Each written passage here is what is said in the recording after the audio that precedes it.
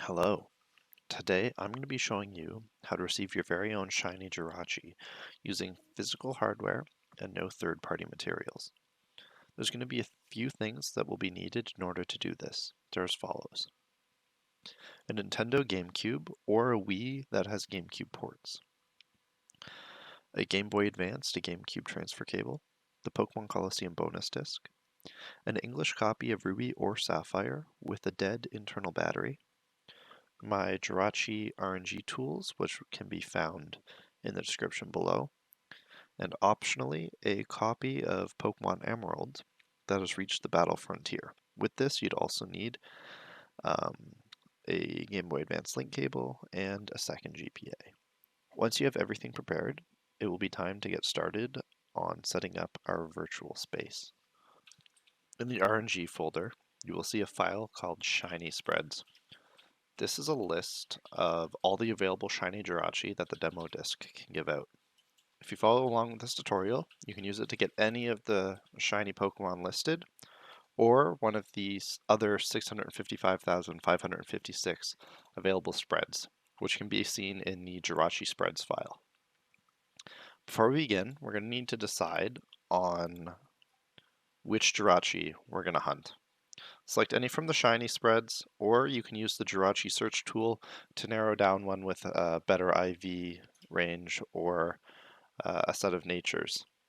If you're going to use a shiny from the list, take note of its seed, which is in hexadecimal in the first cell here, and skip to the time that's to be determined. Otherwise, stick around and I'm going to demonstrate how to use the Jirachi search tool. The Jirachi search tool is pretty straightforward. All we're going to need to do is run it, and it's going to ask you for some information about the Jirachi you want to get. You can enter the nature you want, or you can type in any if you just want to search for a Jirachi with any nature. Next, it's going to ask you for the minimum IV you want for each stat, and finally, it will ask for the max IV you want for attack. That's mostly just so in case you want to get one that's like oddly competitive with a low attack, you can do that. Make sure that the min attack IV you enter is lower than the max attack IV you enter, otherwise the program's going to crash, you're going to have to start again. Once you've entered in all of that, it's going to generate a text file that's going to be named searched spreads. You can look through that and find any Jirachi that catches your eye. If you don't find one you like, just keep playing around. Remember that not all the spreads are possible, so you're going to have to make you might need to make some sacrifices to get one that you want. Once you've done that and you find one you like, take note of the seed, which is in that first column, and we're ready to move on. For this example, I'm going to be using the seed 7360, which is a shiny spread. Just remember that by following along with this guide, you'll be able to get any Jirachi that's available in the Jirachi spreads file. Next, we'll need to open up RS Checksum. To the untrained eye, when you first open it, it's going to be confusing unless you speak Japanese. But don't worry, because there is a photo available in the folder that's an English translation. Our goal with RS Checksum is going to be to find a way to run through the start of the game in such a way that when we save after getting the Pokedex, the seed that's generated for Jirachi will give us the one we want. The first barrier is going to be RNGing for the right Trainer ID Secret ID combo every single run. The Trainer ID doesn't really matter much, so anyone that's about 4,500 frames or about a minute 15 into the game will work. To find possible Trainer ID combinations, we're going to need to use Pandora's Box in RNG Reporter. Pandora's Box is found in the 3rd gen tools, and all we'll need to do is set the minimum frame to 4,500. I find this works well, but if you need more time, or you can speed run through the beginning a little bit faster, feel free to play around a bit. The trainer ID here at 4,500 is 17070, so we're just going to pop that into Pandora, or into our RS Checksum to start. So we'll put in our ID, and then we'll put in the secret ID that comes along with it.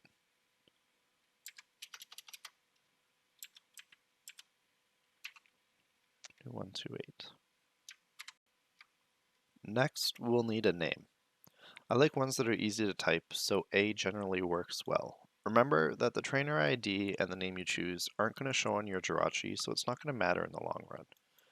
Once you've chosen your name, move on to updating your game time. I find that any time after 6 minutes generally works well because it gives you enough time to run through and get your Pokedex.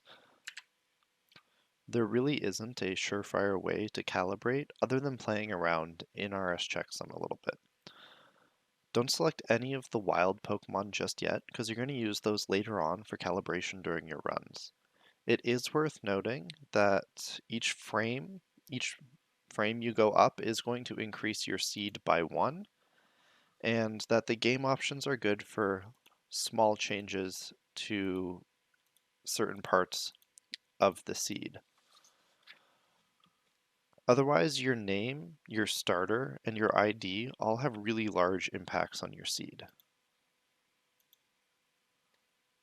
I recommend you don't change the clock settings because it's going to become a hassle later on. Just play around until you find out find the output seed that you need. You might need to go back and try some other ID combinations if you're having too much trouble though.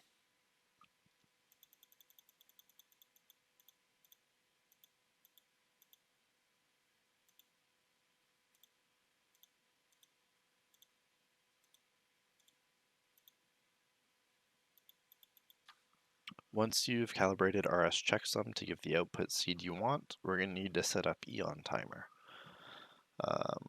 When you first open it, just deselect the box that says Ask Each Time, and then there's going to be a few settings I'm going to recommend, which will make it easier and which will allow one of the tools I've made to work.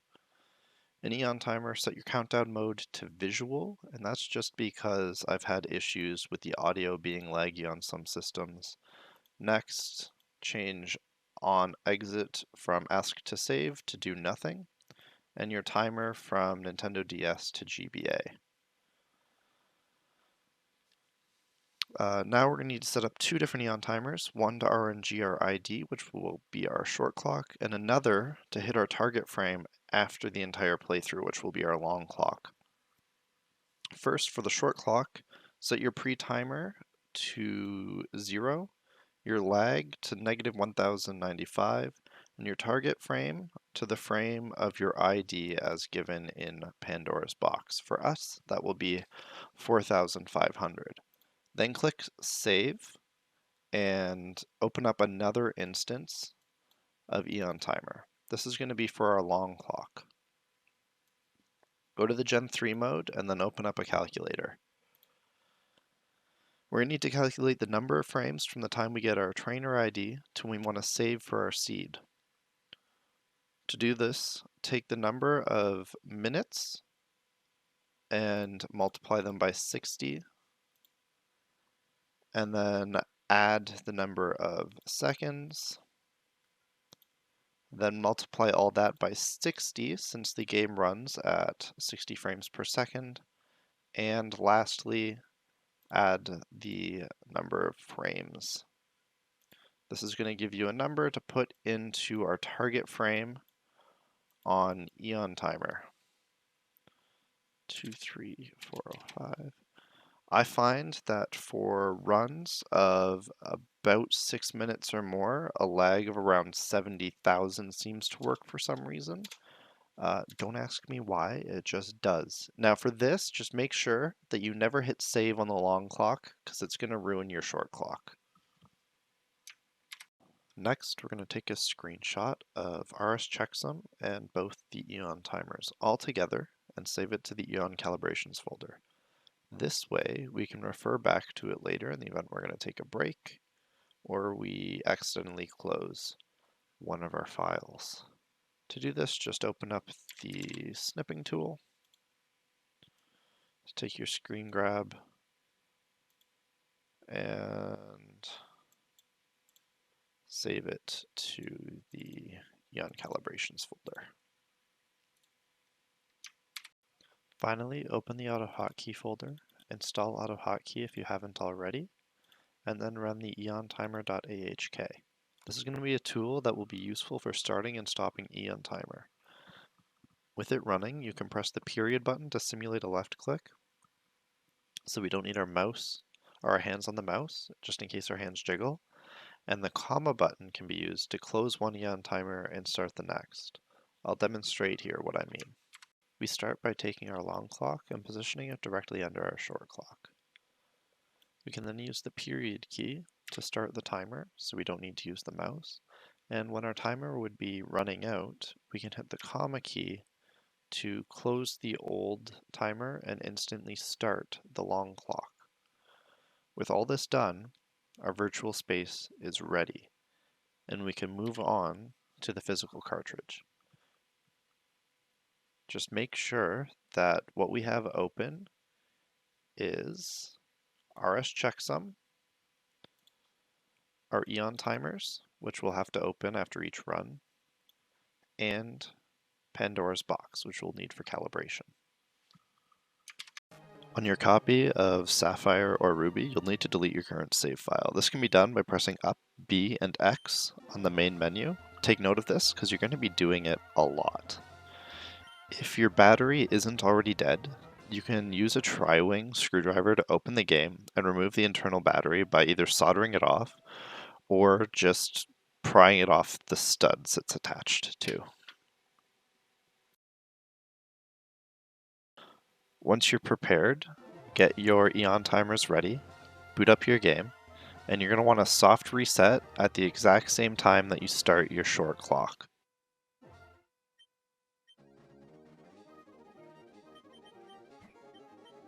Run through the intro, and when it prompts you, make sure that you select the name in the exact way that you typed it into RS Checksum and the exact same gender that you put into RS Checksum. The final input of the intro is going to be on the screen where Professor Birch says, "I'll be expecting you later, come see me in my Pokemon lab." Once your short clock gets to 0, you're going to want to hit the comma key to close the short clock, start the new clock at the same time that you press A on your game. It's unlikely that on your very first attempt, you're going to get the trainer ID you need. So what you're going to want to do is you're going to want to check your trainer ID, and then we're going to boot up Pandora's box again and check exactly which frame we hit. After we know which frame we hit, we can calibrate it in Eon Timer. To search for which frame you hit, reduce the minimum frame by about 500 from your current target frame, type in the exact trainer ID you got, and then hit find your frames. If you don't reduce the min frame, you're unlikely to find it. Once you have exactly what you hit, just type that into the frame hit update, and click save on Eon Timer. You're probably going to need to keep working on this until you finally get it. Don't worry if it takes you a little while, just keep calibrating until you're able to hit it.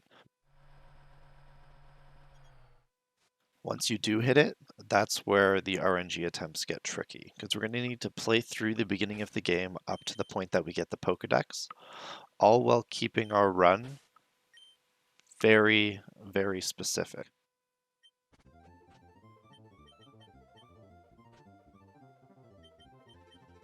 Once you get upstairs, you're going to be prompted to reset the clock. This is where you would be changing the clock if you had modified it in RS Checksum. The reason I don't recommend it is because it's much easier to just click yes and then go ahead. After a few runs, you might find that sometimes you die to your opponent trainer's Pokemon. Definitely don't feel tempted to pull a potion out of the PC, because it'll completely ruin your seed, and you're not going to be able to get any meaningful information out of your runs.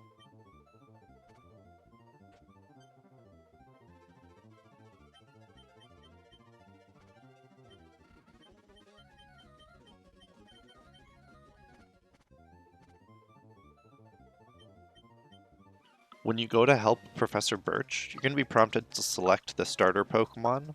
Make sure that it's the exact same starter Pokemon you chose in RS Checksum. You're also going to battle the Poochyena. Try to spend the smallest amount of time in battle possible, because frames do advance at a different rate when you're in battle. The battle with Poochyena also adds Poochyena to your scene and your Pokedex, which is why it's blurred out in RS Checksum, and you don't need to click it later on in your run. Make sure that you don't nickname the starter Pokemon that Professor Birch gives you, because that is going to throw off your final output seed.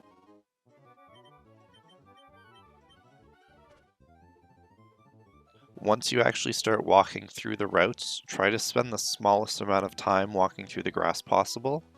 The fewer battles you see throughout your run, the more likely it is you're going to be on target. Keep note of all of the wild Pokemon you do encounter, because Zigzagoon, Wurmple, and Wingull will be needed.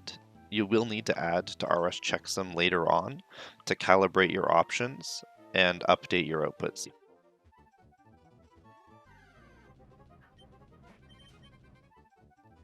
Just like with Poochyena, try to spend the smallest amount of time possible fighting May. So just spam tackle over and over. Sometimes you're going to lose the battle, and in that case, you're just going to have to restart your run.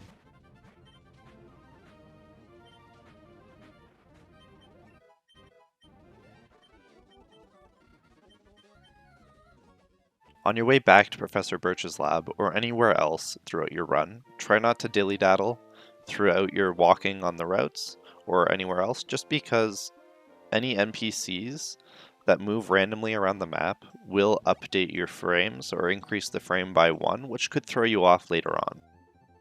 When you arrive to Professor Birch's lab, you're going to want to grab your Pokedex and do your first save.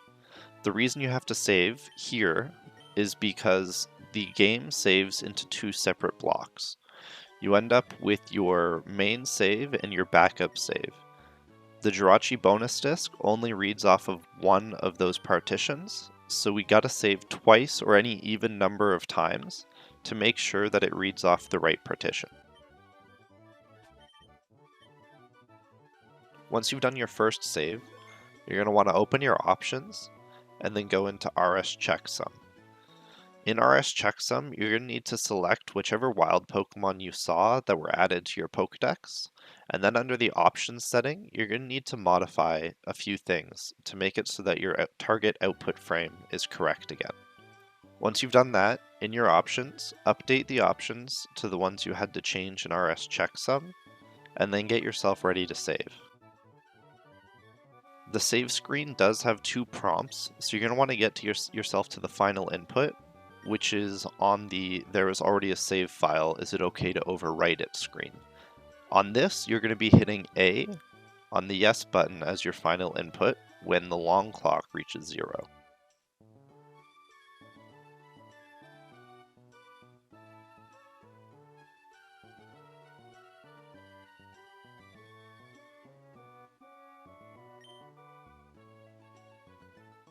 After you've done your final save, it's going to be time to go and pick up your Jirachi from the bonus disc. So just plug your Game Boy Advance into the GameCube and quickly pick up the Jirachi from the disc. Once you have your Jirachi, we're going to want to use the Jirachi identifier tool to figure out exactly which seed we got from that first run we did. Using just the stats you get on a level 5 Jirachi without the stat judge or doing any level ups, you're probably not going to get a very specific output of possible spreads from the Jirachi identifier on your very first try. This is where the Pokemon Emerald that I recommended is going to come into play. You can trade your Jirachi over to Emerald, go over to the Battle Frontier, and use the IV Judge and the Jirachi Identifier tool to get a much more specific list of possible spreads that you can then use in RS Checksum to figure out what you hit. You can use the exact information that the stats judge gives you on a level 5 Jirachi, and usually it'll give you very, very few possible spreads, if not just one. Take note of the seed of the spread you get. If you manage to just get one, then you're ready to go into RS Checksum. If not, there's one extra step that I could recommend that might allow you to narrow it down a little bit more. And that would be to just pump your Jirachi full of rare candy, get it up to something like level 20, and then you're going to be much more likely to get a smaller set of possible spreads. Using the information that I get from leveling my Jirachi up to level 30, I can narrow down the possible Jirachis to just one without even needing to use the stats judge. Used in conjunction with each other, you're basically guaranteed to get just a single Jirachi every single time. Once you've narrowed down the possible Jirachis, go into RS Checksum and generate frames of about 500 under and 500 below in RS Checksum. Then scan through all of the possible seeds until you find the one that was of the Jirachi that you got. Once you've found the seed, take note of the offset or how many frames you were off, and then utilize that to go and update your long clock. Once you've figured out which frame you hit, put that into Eon Timer, click update, and then I'm going to recommend that every time you finish a run, you recapture that screenshot of the two Eon Timers and RS Checksum together. Once you've done that, just rinse and repeat over and over, RNGing to get your TID, and then running through the game, figuring out which seed you hit, and calibrating until you get it. So this is basically just the first rendition of this video. If you found that there's anything wrong with it or I need clarification on anything, just let me know down in the comments, or you can DM me on Discord if that's where you got the link. I really hope this helps at least one other person get a fully legit retail copy of a shiny Jirachi. Thanks so much for watching, and I hope that this helped a little bit.